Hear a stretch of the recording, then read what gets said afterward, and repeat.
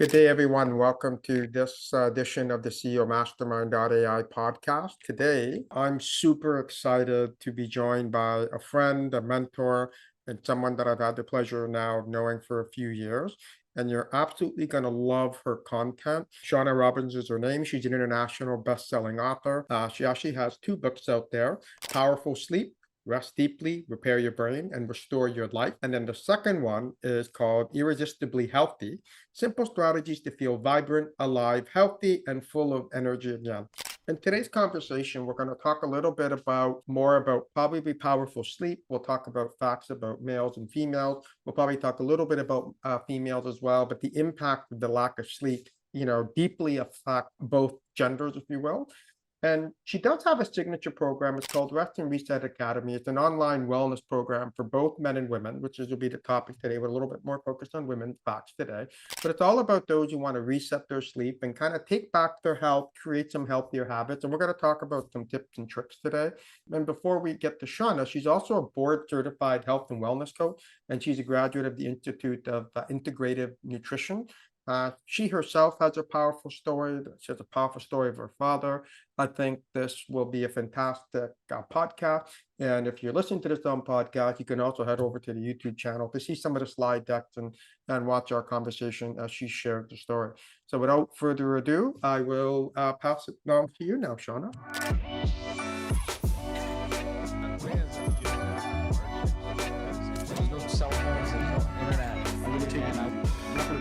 I don't believe they can do it.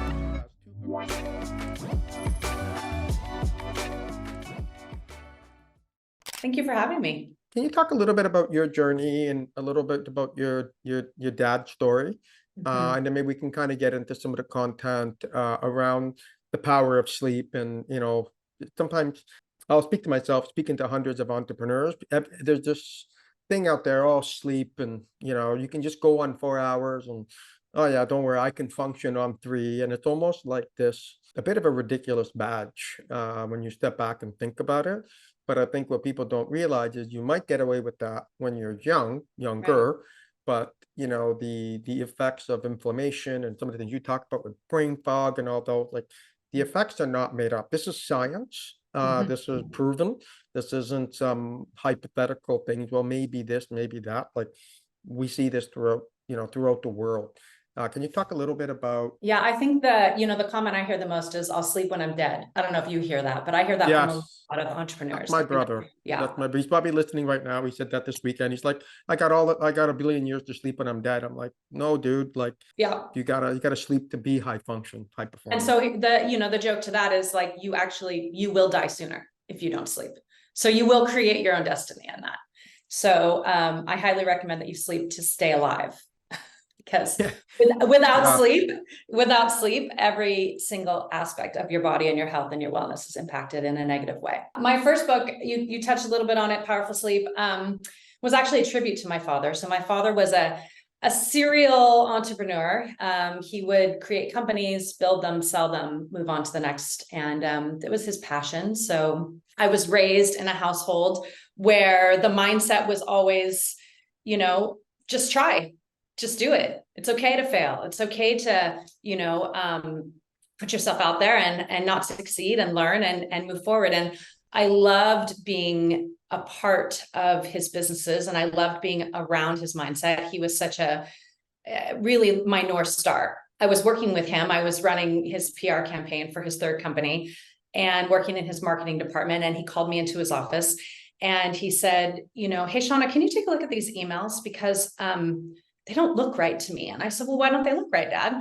And he said, I just can't remember how to spell things. And it was this red flag moment for me. And I said, well, how long has this been going on for? And he said, well, a few months. Things just don't look right. I just can't remember how things are supposed to look when I'm writing. And so I read his emails and we made some changes, but that was definitely a concern for me. So I mentioned something to my mother about it. And she said, yeah, he's been forgetting routes to take to the office. And he's, there's the concept of time. He's having a hard time with time. And so I said, well, I think he should go, have a CAT scan, have a CT scan. And he did, and it came out fine.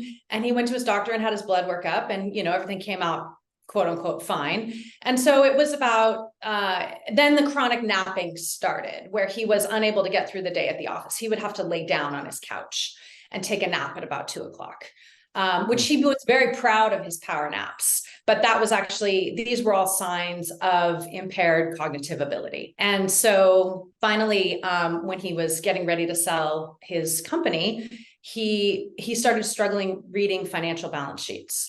And that was always his thing. You know, he was amazing at reading balance sheets, and the numbers were very challenging for him. He couldn't make sense of them anymore. And so we took him to a neurologist at this point and said, we need him to be, tested, his cognitive ability tested, which he was very resistant to. And sure enough, he was diagnosed with early onset Alzheimer's at the age of 62. And so he did the blood work for it. There are no genetic markers for him. We have no family history of this. So in peeling back his lifestyle, what we were able to extrapolate was a combination of sort of the perfect storm of things that were going on in his life that brought this diagnosis into his life at such a young age. One of them was sleeping under 5 hours a night. Some nights he didn't sleep more than 2 or 3 hours.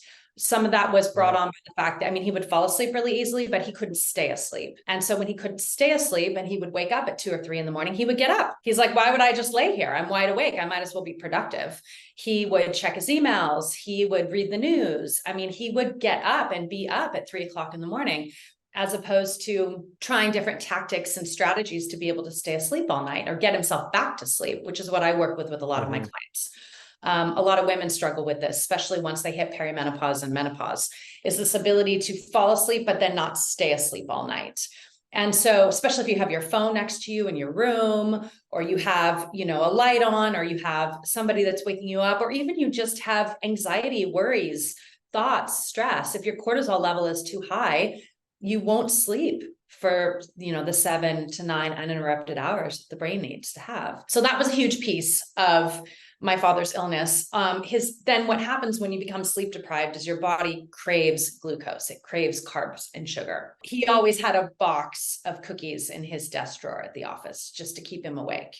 And so you crave this, and that then sets up this, sugar high, sugar crash, inflammation that is built, because instead of consuming protein, you're over consuming carbs, and you start to have metabolic issues, symptoms of, the high visceral belly fat, the low energy, the poor sleep, the aches and pains. He had constant pain in his knee when there was no knee injury, elbow, back pain, all of these things when people are like, oh, I'm aging. Well, no, you actually have, a metabolic syndrome going on that's creating inflammation in your body. Your body's talking to you, and you need to listen to that. Signals. Yep. It's giving you signals. And a lot of people, especially my male clients, don't listen as well to their body as I think that they could. And so, and my father was one of those. He was like, I don't know why my knee hurts, but I'm just going to keep, doing what I do and just gut through it. That was always his thing. Just gut through it.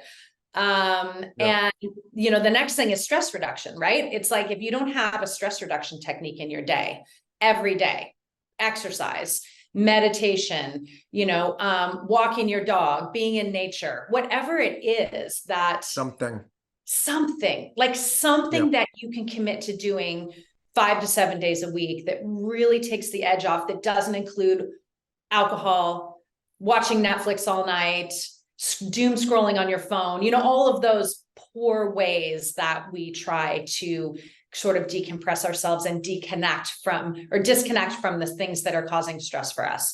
But really creating healthy stress reduction techniques is really, really important. And so, of course, he didn't really have those.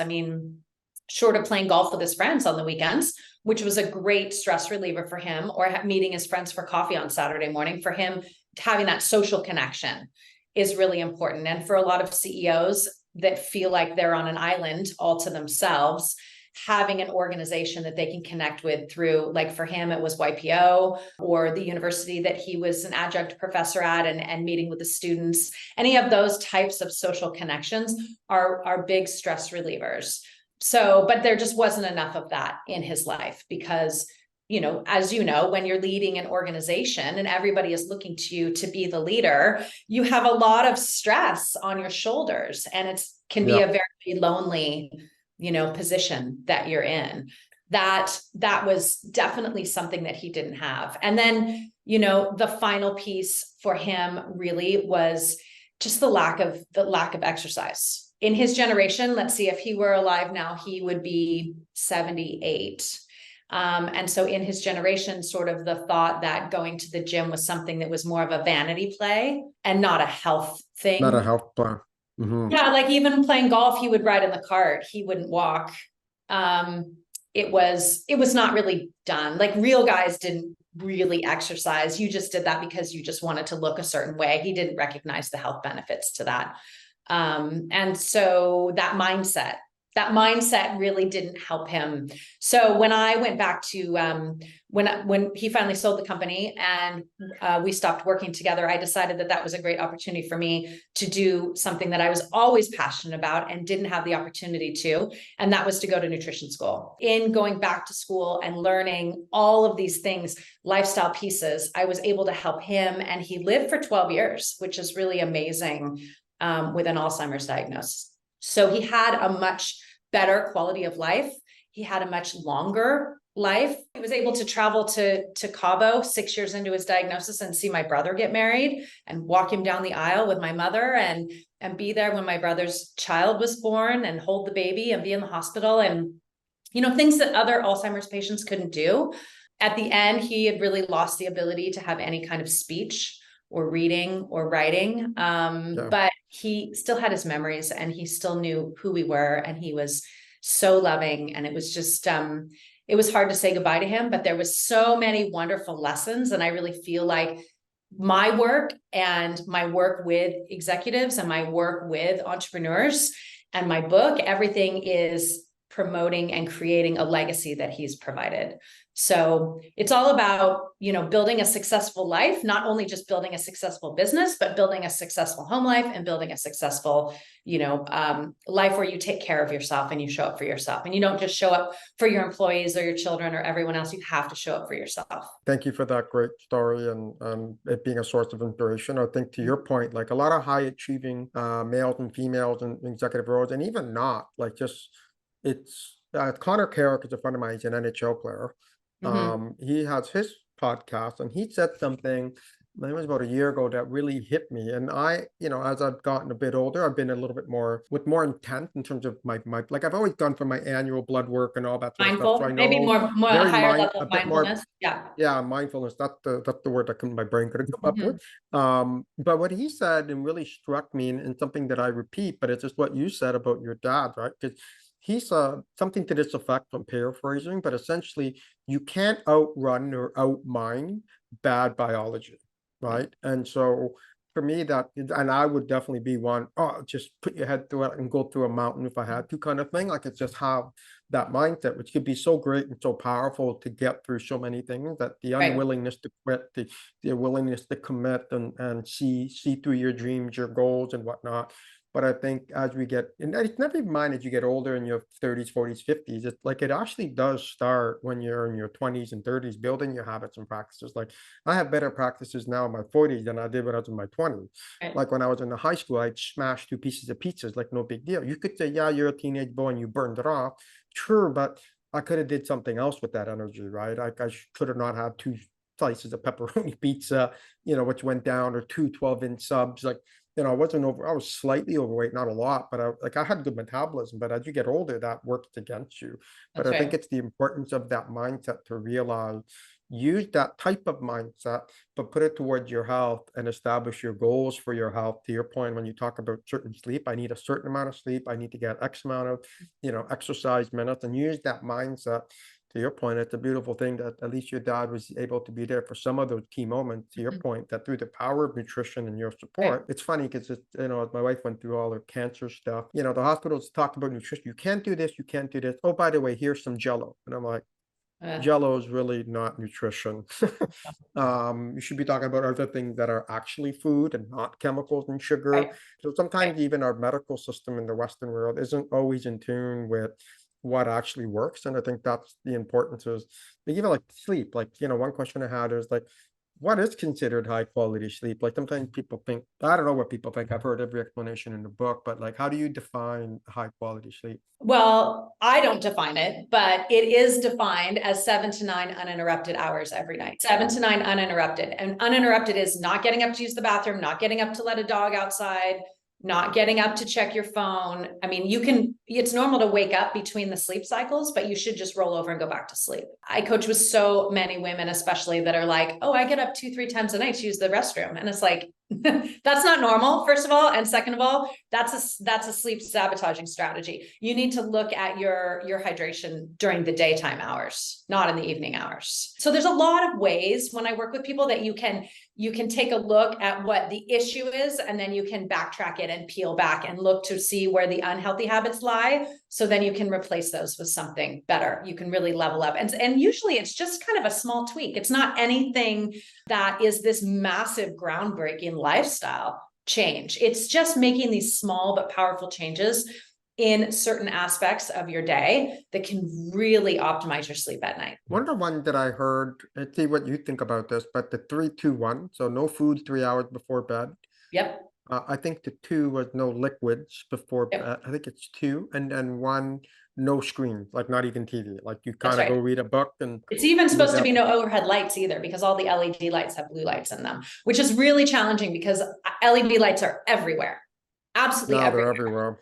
So in my bedroom, I actually, on Amazon, I found lights that I bought that have no blue light in them, light bulbs. And so I went around and I changed out all the light bulbs. So my bedroom looks like this orangey kind of sunset glow, which I actually love. I find it to be really relaxing. My husband hates it, right? Because it's really hard to read, because it's just this like nice ambient sunset lighting. But for me, I just I fall asleep just so quickly with that. So, I completely agree. No food. I even say no food or drinks 3 hours before bed. And the reason why is because if you're digesting, you're not resting. So a lot of people don't realize that digestion takes a huge amount of energy from the body. And so if the body's working on breaking down your food because you've eaten dinner too late, or you've had an after dinner drink or something like that, you've had ice cream before bed, or you've had a snack, while you were watching a movie at 10 o'clock at night, your body's not going to be able to switch into this rest and repair mode, which is really what sleep exists for. Sleep exists to repair your body for all the damage that you do during the day. And so if you're not utilizing this innate ability to repair your brain, repair your heart, repair your immune system, fortify your immune system. Your immune cells are only made in your gut while you sleep, not at any other time. So if you're not allowing your body to do what it needs to do because you've impacted it with other things, whatever you've done before bed, you've now, again, here's your sabotage strategy, right? You're not getting the benefits of sleeping at night, even if you do sleep 7 uninterrupted hours. If your body's working hard to digest your food, it's not being able to do other things that it needs to do. Not doing other stuff. Yeah. I think Dr. Mark Hyman said this, but I think a few people have said this, so I don't know who said the factor, but the moral of the story being that inflammation causes like 90-95% of the disease states that we have. Yes. Genetics generally don't unless there's certain things genetics can explain for sure, but they tend to be, if you look at a lot of diseases in the Western world, they tend to be heart attack, cancer, strokes, all these things that are lifestyle related. That's right. And preventative. And I remember reading somewhere that it's either 1984 or 1974, but the bottom line is the amount of new chemicals that have been introduced into our food supply. Like in the 80s, they used glyphosate, which uses it falls through. It's why we have higher rates of autism. But regardless, the power of the human body is incredible. It could deal with all sorts of adversity. It could flush out those toxins. It could kind of regulate itself. But then to your point, all that magic happens at sleep. So it seems somewhere, and I used to have what I call the BlackBerry curse, right? Because 10, 12 years ago, I thought I was almighty and important. And you have this BlackBerry scrolling it like, don't worry, I used to work for Kraft at the time. Like, they're not going to go bankrupt because me, little old manager in a company worth multi-billions of dollars, that I needed to somewhere along the lines, we've lost this this essence about self and looking after yourself. I think Europe does a little, I haven't been all over the world, but Europe, no place is perfect, but you know, the European mindset seems to be a little bit more focused on I agree. self-care and awareness in terms of like the piazzas, and they have smaller homes, but they not really forced, but you just by design, they're having more social interaction, they get That's to right. sleep. They also move their bodies Um, more. They walk everywhere. That's a huge part of the mindset, you know, in Europe. There's also rest, right? They take siestas, right? It takes There's built-in time in the day for them to actually do nothing. And as Americans and Canadians, like, where's our built-in time to do nothing? it's Glorify heavily just frowned upon. right. We glorify this constant productivity, and what it's doing is actually killing us sooner. Yeah, I've heard many instances where that is exactly the case, because we have all these extra stressors, whether it's work or environmental toxins, Mhm. and yet for whatever reason, and I don't know if I've been paying attention more, you know, all of a sudden you buy a red card and all of a sudden you see red Right. cards, you have this cognitive bias thing happening. Yep. But because I've been paying more attention to it, it just seems like this badge of, you know, kill yourself at all costs for whatever. And then to your point, all the things in your life start to suffer, like your spiritual health, your mental health, your emotional health, your relationship health Yep. with your kids. Right. And you become so hyper focused, and it's Right. almost, and I think that's where we align. It's like, how do we help people break this dogma, if you will, because it's damaging. It's actually preventing a better increase in quality of life and longevity, which is, you can have longer quality years. Who would say no to that, right? But the Well, reality, no one frames it that way. that's it, right? It's not longer years, it's better quality of life, right? I think That's the that's key. the goal. I mean, we're all going to die, and accepting that and understanding how you want to spend, especially those of us who are in the second half of our life. I'm a little bit older than you, I'm 51, but looking at this second half of my life going, okay, what are the things that matter to me now at this stage in the game? 2 of my 3 kids have already moved out, and they're, you know, I'm empty nesting almost, have 1 more at home. And what is it that I want for myself? How do I see myself aging? What are the priorities that I have? What are the values that I have now? And I think that this is a really important conversation that we have as a culture, as a community, as individuals. I always tell my female clients this. I say, you know, you were told that you could have it all, and that is a lie. And it's a lie that's killing you and killing you quickly. And so, because women now are sicker than men, 1 in 4 women deal with insomnia. In the United States alone, 2/3 of Alzheimer's and dementia patients are female, and heart disease is the #1 killer of women. And so it's like, and women have more cancer, higher cancer rates than men, and women also have 80% of the autoimmune diseases than men. Men only have 20%. Oh, wow. Yeah. So women are sick, and it's this concept that we can have it all. That is what's creating a huge amount of emotional labor for us. And emotional labor is stress that you carry when you have to put on a happy face, whether it's at the office, whether it's at home, whatever the work environment is. And I say home because home is a work environment, right? Because the emotional labor of the domestic duties, either with parenting or chores or whatever it is, it's a lot of stress on women. And the idea that you know, in the 70s and 80s, we had this feminist movement that said that we could be the superwomen, we could have this superwoman syndrome, is now coming to really hurt us now that we see that fully, you know, 30, 40 years later. So it's about prioritizing, it's about learning to say no. And whether that's, and that goes for men too. You know, men are a lot better, it seems to me, of saying no without feeling bad about it. Women say no, but they feel guilty and they beat themselves up over it, which continues this emotional labor. So being very clear, having clear boundaries, being able to delegate, being able to ask for help, you know, really having this realization that, like, all right, I'm getting to a point where I'm burning myself out. I'm getting to this point where I'm dealing with chronic exhaustion, and just not, you know, speaking up before you get to that. And so with the women that I see that are in their 30s and 40s, that they still have this mindset, right? I can do it. I can do it. I can do everything, and I can do everything great. And I can, you know, I can lead it this, and I can lead that, and I can travel for work, and then I can come home and I can go to every soccer game, and then I can go back on the road again. And it's just, your adrenal glands get to the point where they just are in complete burnout. And then when you hit menopause, and your hormones drop, it's like the body just stops functioning. You stop sleeping, you can't eat, your mental health becomes impacted, and then now you see this massive amount of women in their 50s and 60s that are on antidepressants, at least in the United States. Because the doctors don't have a go-to to help women at this point. So I really want to reach people, men and women, in the earlier stages of life, in their 40s, in their 30s, and say, okay, what can you do? What are some small but powerful tweaks that you can make now that will really impact you as you age?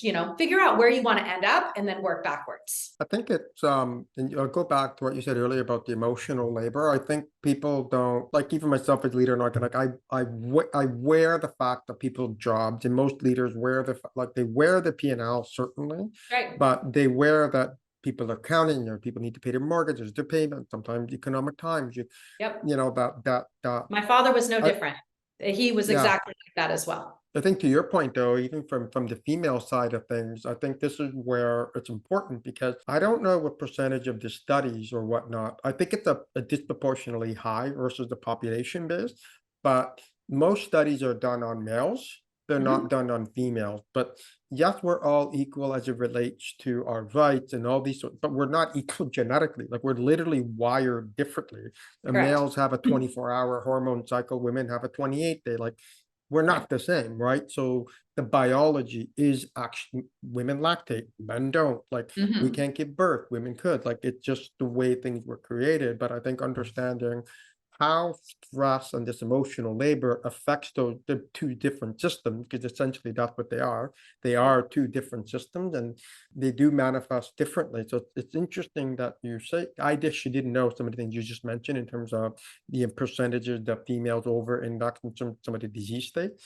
And for sure, it's probably due to people not understanding, but also the female system, the hormone system will respond very differently to certain stressors and whatnot. And the power to say no, it's I see that, right? Like, nobody wants to back down, right?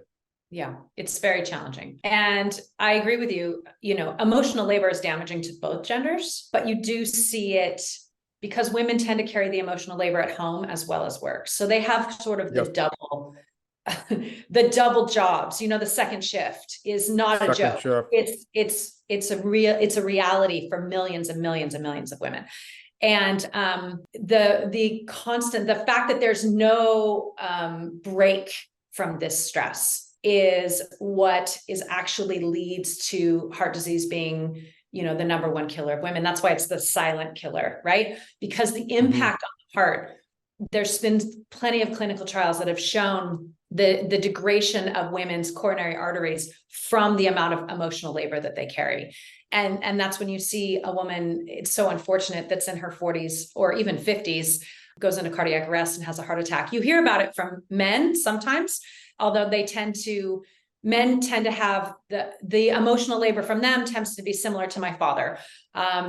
Visceral belly fat, being, a bit overweight, not finding time to exercise, having sleep be impacted, maybe not making the right choices when it comes to food, steaks, beers, scotch to take the edge off the day, that kind of thing. And so you see more neuroinflammation, I feel like, with the men. And you certainly see, different types of inflammation and inflammatory markers. Like the women that I deal with, that I help, have Hashimoto's disease, they have lupus, they have MS. And those are sort of the ways that women, rheumatoid arthritis, where the woman's body just goes into overdrive when the stress is just, more than they can take. Do we see the same depths of like, I don't know if you've looked at it on a global basis, but is it, I would imagine those incidences might be lower in other parts of the world, let's say like Japan or Europe. I don't know if you've ever looked into that, but I have actually. In the research that I did for the book, I absolutely looked into that. And it was, the diets are different, the lifestyles are different, right? I mean, even if you look at the blue zones, like Dan Buettner's book, The Blue Zones, right? In the places in the world where women, more than men, but women are living well over 100, 105, 110 years old. It has everything to do with the amount that they move every day, everything to do with the food that they're eating, and then the social connections that they have. So like in the Asian countries, women are actually eating estrogen-based product. They're eating, tofu, they're eating tempeh, they're eating natural forms of soy, which is incredibly helpful to women as they age, as they go, through menopause and into With the postmenopause. menopause. Yeah, Yeah. I mean, it keeps your bone density, it keeps your mental health, it helps with your skin, it helps with your heart, your brain health, having levels of estrogen. Also just having, women are very tribal, men as well too, I feel, but just making sure that you have a tribe. I mean, that's so Yeah. important, whether it's a business organization you're a member of, whether it's a mentorship program that you do, whatever it is, something that's outside of running your company, something that's outside of running a family, something that's outside of, those types that actually create more stress. A place where you can go and be with people who understand you, who see you, who get you, and ways that you can connect with them, whether it's playing golf or taking a fishing trip or, going to a seminar or something that feeds your soul with a group of people It's just that fun. are like-minded. Yeah. I call It's it like I like to listen to I don't listen to the news for mhm, all the obvious reasons, but I think just as we think about, and I love what you said about the soul food, because just as we should think about what we're eating, right? mhm. Like, are we putting in good food? But at the same thing with our time, right? Is it like, is it junk time? Is it good time? Or what I'm listening to, like, I call it brain food. Am I Yep. listening to something to, not to be naive, the world isn't full of peaches and roses. There's some pretty serious things happening in the Right. world right now. But it's like, what could I do from my vantage point and make my little piece of the universe better because Mhm. I'm there and helping and sharing and contributing in a bit more positive way? Because I think if everyone had that or did what you suggested, particularly find a little group, whether it's a little mastermind of knitting or something, Something. whatever the Right. passion, Even if something, it's your church, whatever it is. church, It could be something. a hiking group on the weekends. It could be, whatever it is that you love to do, find other people that love to do that too and connect with them. And you don't have to be networking. It doesn't have to be a business situation. It doesn't have to be, Correct. I think that it's really important. And they really do a great job of that in other cultures. That's They really really do. a fundamental part. They're built for it. Like you said, Yeah. they're almost built like if you go to Europe or even if you go to like a lot of old city centers, like they're just high, you have to walk, like you have to go somewhere. Like Right. that's why I loved, I would have been guilty of it, but I have a little dog, Dexter, and he's behind me right now, but he Nice. just popped up his head. He's like, hey, he said my name. He quote unquote forces me to walk every day. Right. And for me, it's perfect. It's like I literally, I love dogs and everything that they provide and whatnot, but it's also my sort, like no matter what, I'm going for 3 walks a day. Even if Mhm. they're a mile each, like I'm Right. out, I'm near the creek, I'm breathing in outside air, like it's Yep. just I'm seeing grass, all the natural stuff. I think it's really important. But to your point, you need those moments to escape. Quick question, like in terms of like how to get 7 to 9, what are like a few tips in terms of hygiene tips and lifestyle tips that you might want to talk about? How do we help people? Because what's very clear is sleep is essentially a superpower. If you can Mhm. master, a good quality sleep, then you can just function at a high level. Because my That's right. grandmother used to say, old wise tale, and then I'll ask you for your tips. She would say, la penna è più pesante della sappa. Now that's old Napolitan dialect from Napoli in Italy. Yeah, and Mhm. basically the pen is heavier than the shovel. That's the Mhm. literal translation. Mhm. But what we know, and I think I'll get my facts right, but you said it, there's two bodily functions that take up a lot of your energy. Your brain uses about 20 to 35% of your energy and your water consumption. And I think it's about the same for your digestion. So if you Mhm. don't have those two at ease, basically like 70 to 80% of your survival, if it's overloaded, nothing else, everything else, your hormonal system, your lymphatic, parasympathetic, like all the other systems, Right. they take a back seat. And that's when these other nefarious things start to creep up. So, I mean, you touched on this, right? The more you reclaim your sleep, the more you can take back not only your health, but your power as well.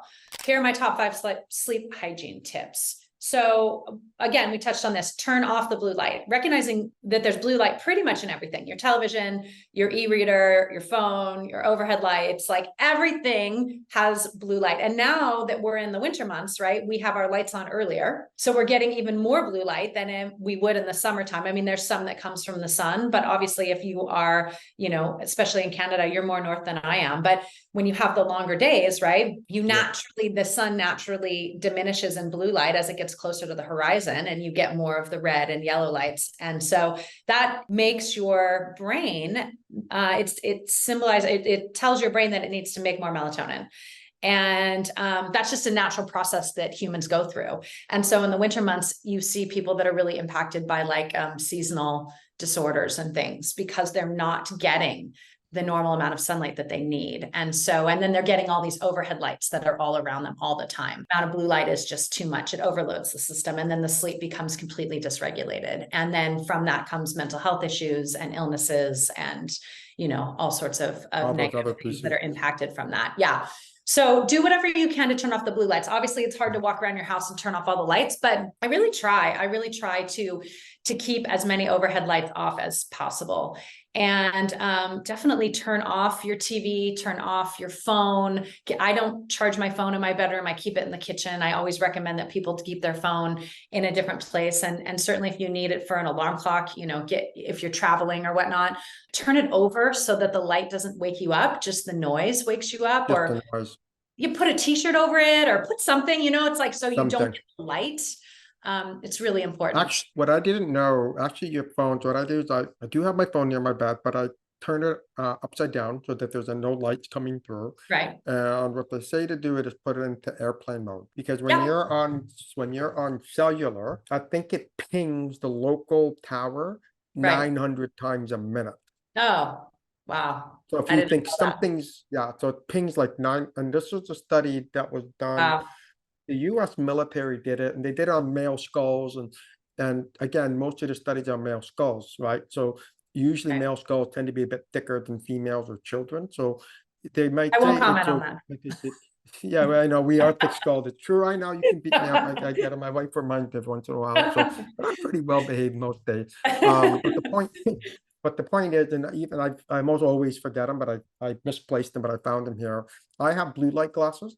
So these are my glasses. So when COVID started, I was noticing, and I used to make fun. I thought, maybe I'm getting older. I'm passing out like at 9 o'clock. Literally would sit down and I just like full bunk, like I got shot and I'm out cold.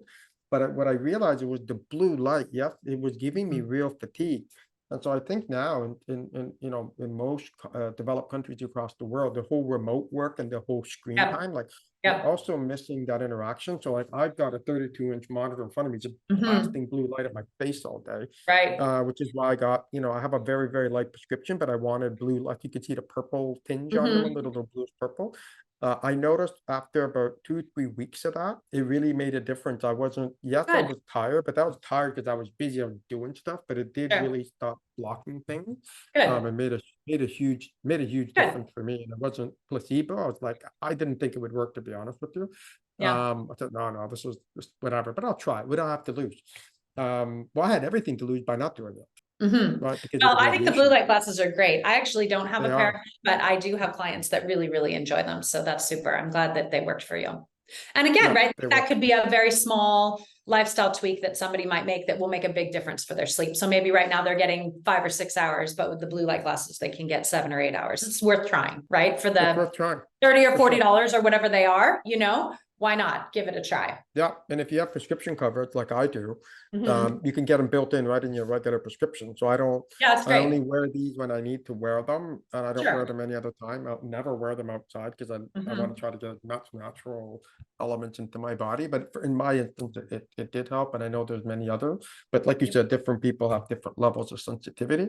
So it's just one little trick. But I do think the blue light is a powerful one. So that obviously is my, my number one sleep hygiene tip is really be more mindful of the amount of blue light that you're exposed to. The second one you and I've touched on, no food or drink 3 hours before bed. I can't tell you how many women I work with that are like, I drink coffee and wine, and then before I go to bed, I'm so thirsty, I drink 64 ounces of a water bottle. And it's like, well, this is why you're getting up 2-3 times a night. It's like, turn that hydration back during the day. And I always get the same comment, which is like, I can't because I don't have time to use the bathroom. So I think that's fundamentally an issue with our society. It's like, if you don't have time in your day where you can actually have bathroom breaks, there's something wrong with your scheduling. Like you really need to look at that. And case in point is I share the story of one of my good friends who's a chemo nurse. And she was taking care of 90 patients a day, either putting in ports or administering chemo to them. And there was literally no time for her to have a restroom break. She was on her feet, for 9-hour shifts. And then came the first, unfortunately, the first kidney stone. And she was in the hospital for 2 days. And, after having natural childbirth with 2 children, she was like, a kidney stone is the worst thing I've ever been through. And the doctor said, well, you're not having it. I mean, what did you think was going to happen? And she said, well, I don't have time. And he was like, well, you better figure out how to make time. So she goes back to work. 3 weeks later, second kidney stone. Oof. So she called me from the hospital and she was like, you have to help me. I have to make changes. I don't know how to do it. I don't know how to make these patients wait. I don't know how to take time for myself during the day. And I was like, great, let's sit down and let's see if we can time block out, ways for you to not only stay hydrated and keep your water bottle full, but also, to be able to find time to use the restroom during the day. And we did that. And now she's been 2 years without a kidney stone. But it's like, it's this concept that first the universe whispers, then it yells, then it screams. Like, don't let it get to the scream, right? And go through something as painful as she did. And she's such a kind, caring person and gave everything to everybody else and nothing to herself. And so sort of that, again, that superwoman syndrome, or what I called myself in my second book, the martyr mom, where everybody got things and I got last dibs on everything, whether it was the food, the lack of sunscreen that led to my skin cancer, all different kinds of things. But that martyr mindset of, I don't have time. So it's really important that you make sure that you're eating well during the day, you're hydrating during the day, you're not skipping meals, you're not, you're getting enough protein, you're getting what you need so that you're not trying to just shove it in at night before you go to bed, because if you're digesting, you're not resting. I drink a lot of water, but historically I would do it all at once. What I do now is I have my bottle with me all the time. And I would, at least for me, I would definitely be guilty of being that raisin that would sit for 10 hours straight and not eat, drink, and just hammer. And those 10 hours would feel like a minute. So now I have a standing desk because I have enough back pain, the whole 9 yards. So I love a standing desk. But I started doing this when I was sitting down, because if you drink, let's say 8 ounces, 12 ounces, 16 ounces or a liter, imperial metric terms, you're going to get up every 50 minutes, every 90 minutes. So I use it to break my cycle. That I'm sitting down. I said I had the reverse problem where, unlike a nurse, they're running around on their feet all day, so they won't have the new smoking is sitting problem. I mean, obviously there's other issues, but I use it to break that. I'm like, I'm gonna have to go after drinking, 32 ounces of water. I've got, some pretty large containers, and I put some electrolytes in it. And when time to go, you go, right? You just build, your body will tell you, but just have to keep sipping. Right. So again, this is not this is sure making a physical switch, but also making a mindset switch. Where can I make more time in my day to feed myself properly and to hydrate myself properly? And those are fundamental things that get looked over when, you are, working both at home and, in an office. So that's something that is a lifestyle switch, which seems like it would be kind of a no-brainer for people. But once you call attention to it, they look at that and they see where they can really level this up better, so that their sleep will be more protected and not so impacted by making maybe late night choices. So, which leads us to the next one, which is no alcohol after dinner. That's a really, really important thing to consider when it comes to impacting your sleep. And the reason being is because alcohol is chock full of sugar. It doesn't matter what alcohol you pick. It doesn't matter, have a tequila shot, have an afternoon, an evening, anything. Have, a glass or 2 or 3 of wine, a beer. It doesn't matter. When you consume alcohol, so it's a depressant to the nervous system. So it's going to help you be sleepy and fall asleep. But it's going to interrupt you in the middle of the night when the blood sugar goes up, drops. And it's also a diuretic. It's going to make you have to use the bathroom. It's going to, a lot of women that I work with who do the nightly glass or 2 or 3 of wine to unwind from the day have the 2, 3 a.m. wake ups where they're just laying in their bed, wide awake, the brain is on, and they can't figure out why they can't get back to sleep. That's because of the sugar drops that they had from the alcohol in the evening. So, I tell my clients, if you want to have a drink with dinner, that's fine. Have a drink with dinner. That's something that is important to you. Just don't have one after dinner. Just don't. This is what's misleading. If you look at some labels on booze, show that it's like 90 calories, 0 grams of sugar, 0 grams of carbs and stuff. What people don't realize, and this is a whole other topic, but like the whole functional side of things, alcohol, when your body consumes it, turns it into sugar. Then it doesn't know what to do with that sugar. Then it starts causing a whole bunch of other havoc, to your point. So people, because I've said that, and people say, well, yeah, but there's no sugar. See, the label says no sugar. I'm like, true, there's no sugar, but your body converts it into glucose as an energy production. Then you've got nothing to do with it. And then it starts this whole insulin, cortisol, crazy spike thing that goes on. Like you said, you get that crash, and it really makes a difference. So yeah, the whole no sugar thing. I mean, look at Diet Coke, right? You wouldn't have a Diet Coke before you went to bed and then expect that you could sleep well. And that has, no sugar. It has aspartame in it. So now you have these fake synthetic sugars that actually contribute more to cancer than we ever knew possible before. And I mean, now the World Health Organization has come out and said that Diet Coke is one of the leading carcinogens that we have in the world. And so I just think that, if you're really looking to level up your sleep and preserve your health, it's really important that you just make better choices. And so whatever you want to drink at dinner, great, drink it. Just be done 3 hours before bed. Yeah. And if you need to take some medication or you need to take some supplements or something, obviously you can have, a couple of sips of water before you go to sleep, but just, no tea, no coffee, no alcohol. You really just want to let the body rest. I'm guilty of having tea late, although I've stopped doing that in the last few months because I've noticed it wakes me up at 4 or 5 o'clock. So I try to sleep from 11 to 7. So I try to set up, and I put my phone. iPhones have a setting where you can have a night setting, so I have it match the sunset. Again, still try to stay off it, but it does try to change the colors and whatnot. But I guess every little thing helps. It all every little thing, absolutely, Davide. And that's what I tell people. It's usually poor sleep has to do with this negative feedback loop of all of these little things that are impacting the sleep. So find the lowest hanging fruit for you and grab that. And something that feels really easy, like, I can make that change. Yeah, no problem. I can do that. That's where you want to start to create a more positive feedback loop that's going to help improve your sleep and optimize it. Yeah. Good. So the next one, dark, cool, quiet bedroom. Sometimes easier said than done. You might have a partner that snores, or you might have kids that wake you up, or a pet that wakes you up. But ideally, keeping the room as dark as possible, blackout shades, making sure there's no ambient light coming in, no bathroom light being left on. It has to be cool. It's always a battle usually with couples. One couple is hotter than another one. One couple is colder than another one.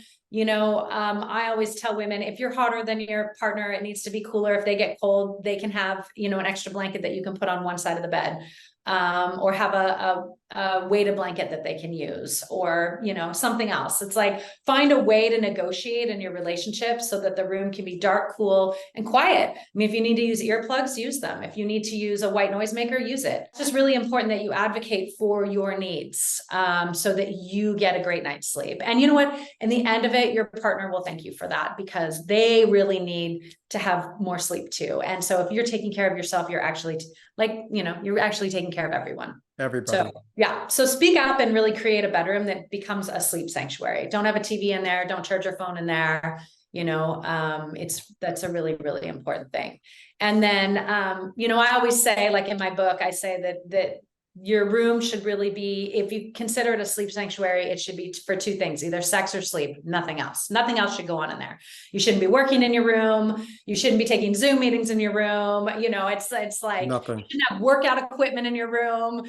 All of that should, if you have the space, should be elsewhere. Yeah, no hiding your equipment underneath. I've seen people do that. It's like those walking treadmills, they'll slide under their bed, they'll slide it out. It's like, yeah, you're right. You really have to isolate that space. It's just confusing for your brain. Your brain needs to know what happens where, right? And so if you're working out in your bedroom, if you're doing your work in your bedroom, if you're talking to clients in your bedroom, it's like, it's no longer a space that's just for sleep.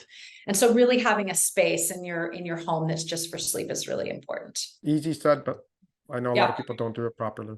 Yep. Yep. So that brings me, of course, to my top 5 lifestyle tips. The number one, most favorite one that I love is this morning sunlight. And that's one of the benefits. I just wrote about this on LinkedIn last week. It's like, that's one of the benefits of having, I feel, daylight savings. I absolutely hate daylight savings like everyone else, but there is a benefit to the fact that now the sun comes up earlier in the morning, and you do have a little bit more daylight in the morning typically before your work hours start. So if you can get outside, if you can bundle up or do whatever you can, sit in the sunny window in your kitchen or whatever, get some morning sunlight in through your eyes, on your skin, it's really, really impactful at helping to regulate your sleep-wake cycle. So really making that a priority, I think is great. And I think that daylight savings is a natural time where all of a sudden we're in this, waking up earlier and having more sunlight in the morning, less sunlight in the afternoon and evening. So really try to maximize morning sunlight.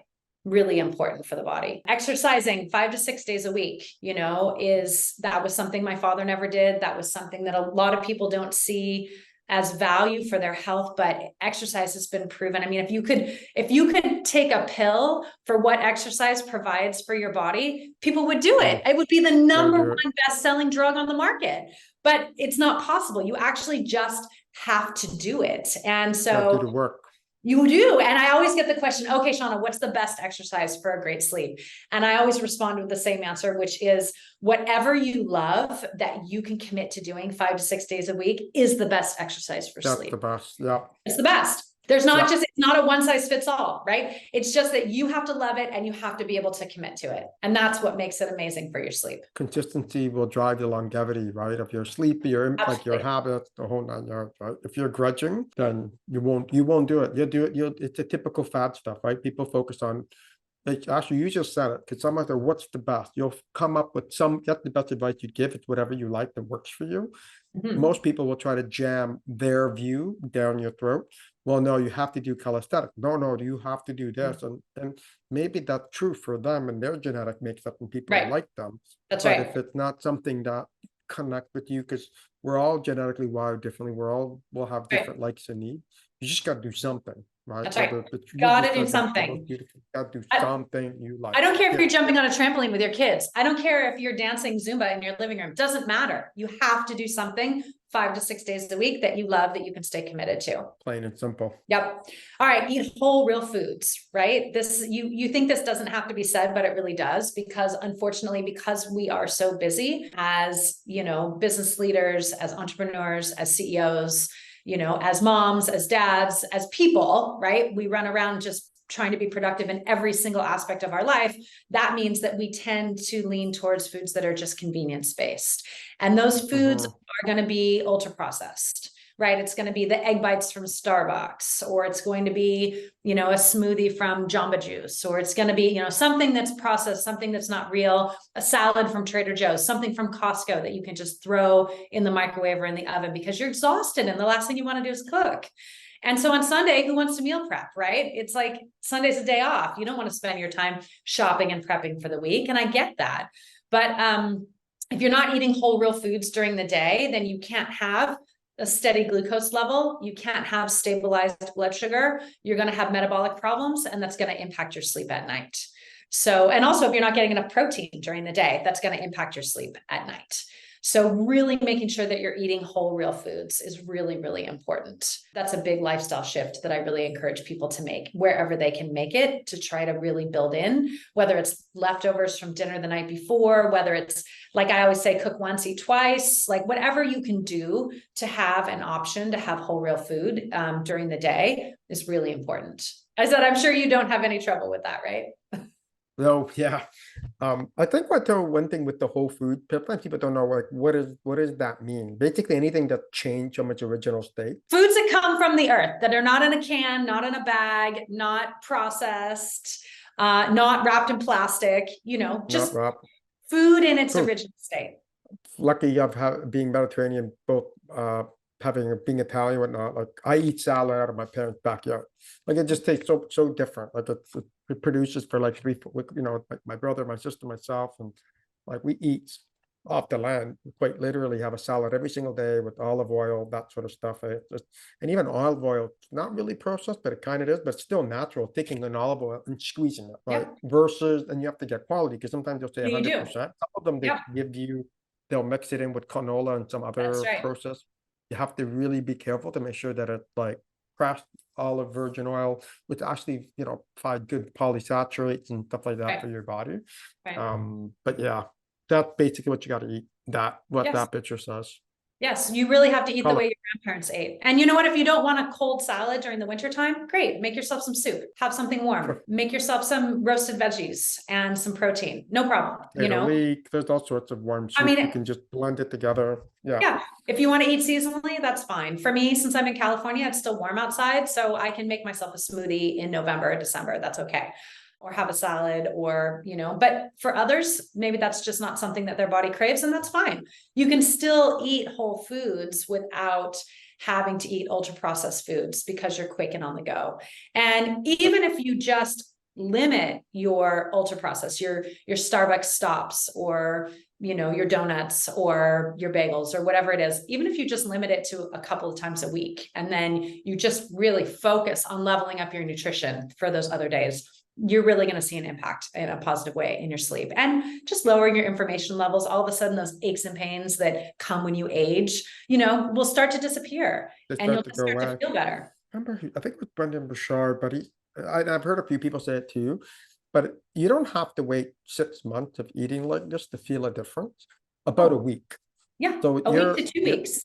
Yeah. 1 to 2 weeks, and you can start feeling better. I think your current energy state today is based on the average of the food you took in the last 72 hours. So if you drank, so today's Monday, let's say I got drunk on Friday night, which I didn't and I don't, but say that I did, my energy level would still be impacted by that because my body still still be processing those toxins and whatnot. That's right. So think about when you eat something, even if it's processed, it may or may not make me feel good in the moment, but it's probably going to affect me for the next 72 hours at least. Right. So it's having that mindset as well too, in terms of making sure you eat clean foods. It's so simple to say, but it's so hard, not really hard to do. It's just, you tend to ignore it. Right. So I think that's why this type of conversations, we got to put it back to the top. It's critically important. Well, and it's also having a different mindset around food, right? It's all about progress, not perfection. It's not about having the perfect meal every day, 3 times a day. It's about just making progress in the direction where you're starting to wean yourself off of, doing an afternoon coffee, or stopping by McDonald's or Chick-fil-A or whatever, just running into Costco and getting something that's pre-made that you can just pull out of the freezer. Just sort of getting away from that convenience food mindset and getting into something that's a little bit more holistic and supportive to your body. It goes back to what we said in the very beginning about being able to put down boundaries, right? This is, at the core of self-care. Self-care for what I share with people and what I teach is not manicures and spa days and bubble baths. Self-care is putting real whole food on your plate and consuming it in a timely manner during the day, really caring for yourself in these, very basic ways that we have gotten away from as a society and as a culture. Yeah, makes sense. Yeah.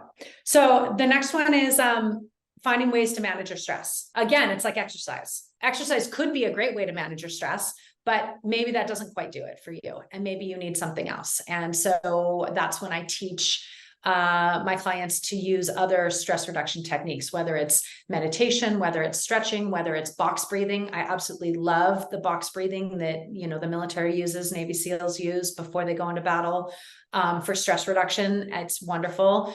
It could be gratitude. Having a gratitude practice is a great way to manage stress. The more you teach your brain to focus on the things that are working in your life by calling them out to yourself, by recognizing them, you actually rewire your brain for more happiness and you lower your stress levels.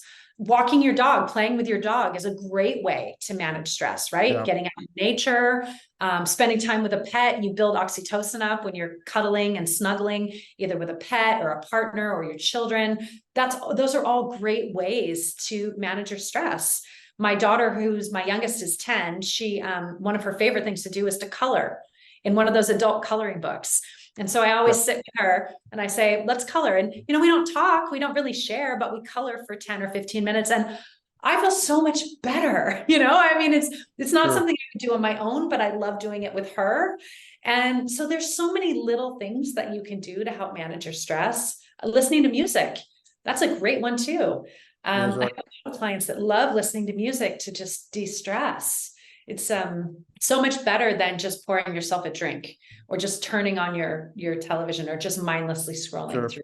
There's so many apps. There's so many apps nowadays too that you can buy. Like we can be here for the next 3 hours and list them all, but Right. there's an app to meditate. There's so many apps for all of this sort of stuff. It's just find something. And there's a few that I use as well that I enjoy in terms of doing all the things that you just said. So that Mm. they do work, right? When you have a crazy job, crazy life, sometimes you just need Right. those breaks to just press a little bit of a recharge, right? Like we charge our Teslas and our cars and Right. fill them up with gas and whatnot, but we don't take the same mindset with our bodies, right? Like the car requires certain energy, you top it up, you look after it, but with our body, you just run it into the ground, right? Until, oh God, now you got to deal with something. That's right. And it's so much harder to deal with something when you have it than preventing it from actually ever occurring in the first place. And the last thing to touch on is, the caffeine. When you're tired, you just overconsume caffeine, right? And it becomes this negative feedback loop because you're tired. So you need something to pick up so you can get through the day, so you can get through your meetings, so that you can get home, so that you can get, we're always just getting through stuff when you're exhausted. But unfortunately, that just leads to more exhaustion because the caffeine just disrupts the sleep, which then makes you more exhausted. So whatever you can do to stop caffeine after noon, and a lot of things have caffeine in it people don't think about, dark chocolate, ice cream. Sometimes there's like energy drinks that are soda, right? Like, soda. pop. I mean, there's caffeine in so many different things. Green tea has caffeine in it. It's just really important that you become mindful because the sooner you stop the caffeine in the afternoon, and you will be tired, but then you're going to hopefully get into bed earlier and get a better night's sleep. And then the next day you won't be so exhausted and you'll start a new positive feedback loop. It's all these little tips, they all add up, right? And it's just really making you just got to conquer one at a time. That's right. You have these, sure, there's maybe 20 or 30 things you got to look after, but one a week, and in 6 months, everything will change. It's That's not right. that far away when you think about it. That's right. It's the whole butterfly effect, right? A butterfly flaps its wings in South America and creates a hurricane in Japan. It's like over time, by making these small but powerful changes, you will completely change the direction of your body, of your mindset, of your life, of your health, and you will feel so much better, be so much more productive, have better brain clarity, have better energy. Everything will increase in positivity in your life, your relationships, like you said, your sex drive, like your muscle mass, your weight, like everything starts to sort of, play in a positive direction by just making a few of these small, powerful tweaks. Well, thank you for that. That was a great conversation. Really appreciate it. The power of sleep. In the show notes, I'll put all the links and where people can find you. But at the end of the day, the importance here is that sleep is really a powerful element of your overall healthcare. It can help you unlock your business, your relationship. You can be happy. Like, ask any partner, would you like me to be more happy or more cranky? Which one of the two would you take? Like, the answers are obvious, right? And so I think, really focusing on this and the importance of it in longevity and quality, there's just so much research. I'll encourage people to read your book. Thank you so much for your time today. Really appreciate everything you do and everything that you stand for. So thank you very much. Thank you for having me. It was a great conversation. I really hope that your listeners are able to, extrapolate what they need and to make some really good positive changes in their life.